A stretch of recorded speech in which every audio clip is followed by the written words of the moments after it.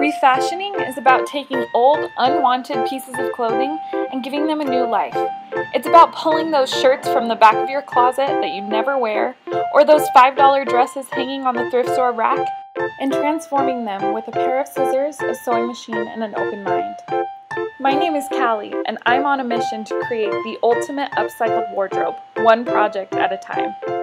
Hello everyone, welcome to our project today. Today we're going to be working on this maxi shirt dress, and today I really want to focus on talking about my go-to methods for refashioning, and those include changing up the neckline, the sleeves, the length, and the fit.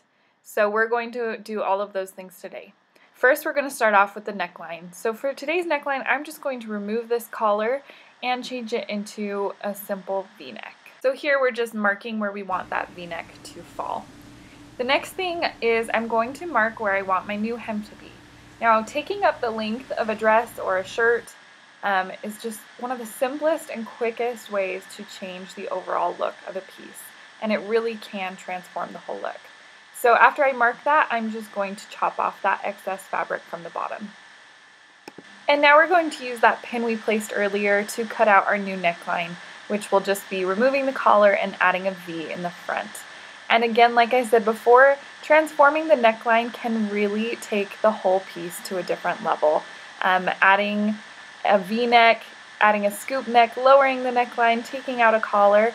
This is another easy way to totally change your piece. And next, what you see me doing here is I'm just removing those pockets from the front of the dress. And another one of my go-to methods in refashioning is changing the sleeve, whether that's shortening it, taking it in, adding a bell or a ruffle at the bottom, or in this case, adding a bow. You could easily do this to some of your long sleeve pieces from winter, just shortening the sleeve and using that excess fabric, like you see me doing here, to add a bow. So right now I'm just cutting this half circle shape out of each of the sleeves. So it should look like this. So I'm just cutting a bunch of strips of fabric. I made them about 1.25 inches wide. And I'm just cutting enough to make my strings the length that I want them to be. They're going to be double layers so that we can sew and turn them right side out so that all the edges are finished. So once I have my strips, I'm just going to start laying them out, making sure I have enough for all of the ties. We're going to need 4 ties because you'll need 2 for each sleeve. Now we're going to attach our front and back pieces of the tie, put them down right sides together, and once we have that laying flat, we'll just go ahead and pin around the outsides of those 2 pieces, and you'll repeat this for each tie.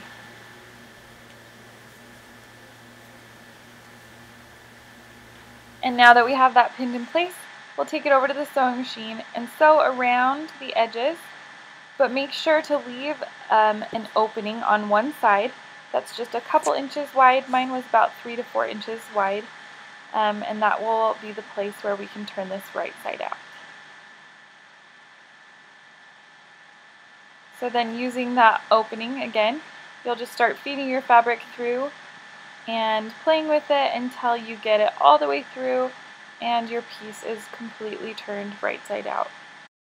Then we're just going to iron each of those ties completely flat. And at the end, you should end up with 4 ties. Mine were each about 8 inches long. Okay. Next thing, we're going to finish that opening that we cut into our sleeve. So you just want to place a piece of fabric behind that opening, get it completely laid flat, and then just take a pen or a fabric marker and trace around that curve. Then you'll just cut along that curve and cut again along that curve, leaving about a 1 to 2 inch width, and then pin that around the outside of your curve on the right side of the fabric, and make sure to stretch and pull that as you go.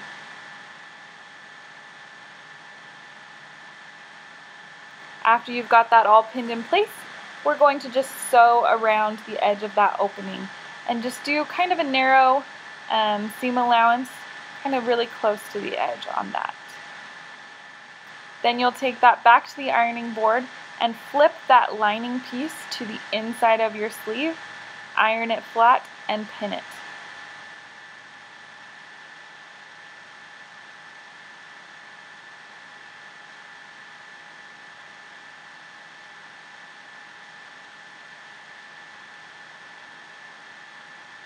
And then we'll take that back to the sewing machine and just do a simple top stitch. So again, that lining was laid first on the right side of the fabric, sewn down, and then flipped to the wrong side and top stitched. Now you're going to take your ties and just tuck them behind the sleeve at the edge of that opening and just top stitch it down. And then again on the other side with your second tie. So you'll have one tie on each side of that U-shaped opening. And repeat for the second sleeve. Okay, so we've talked about changing a neckline, the length of the garment, and the sleeves. The last thing I usually look for is changing the shape of the piece, or just improving the fit. So for this dress, I wanted to keep the same general shape, but I wanted to add a little more emphasis at the waist. So I decided to create a belt.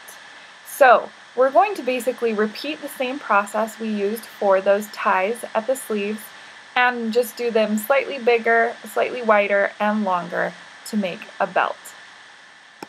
So after I've cut my strips out, I'm going to take those over to the ironing board, place them right sides together, and pin around the edges again. And once I have that all pinned in place, I'll take it again over to my sewing machine and sew almost all the way around the edges, leaving just a couple inches open so that I can unfold the belt and turn it right side out. Then iron that belt flat and top stitch that opening closed. Okay, we're almost done. So now we want to take that dress and just hem the bottom. So you're just going to do a double fold at the bottom, pin it in place, and then sew it. And we're also going to do the same thing for the neckline. I'm just doing a folded over neckline, and we'll take those both to the sewing machine and sew those down. And once we've got that hem and that neckline finished, we are all done.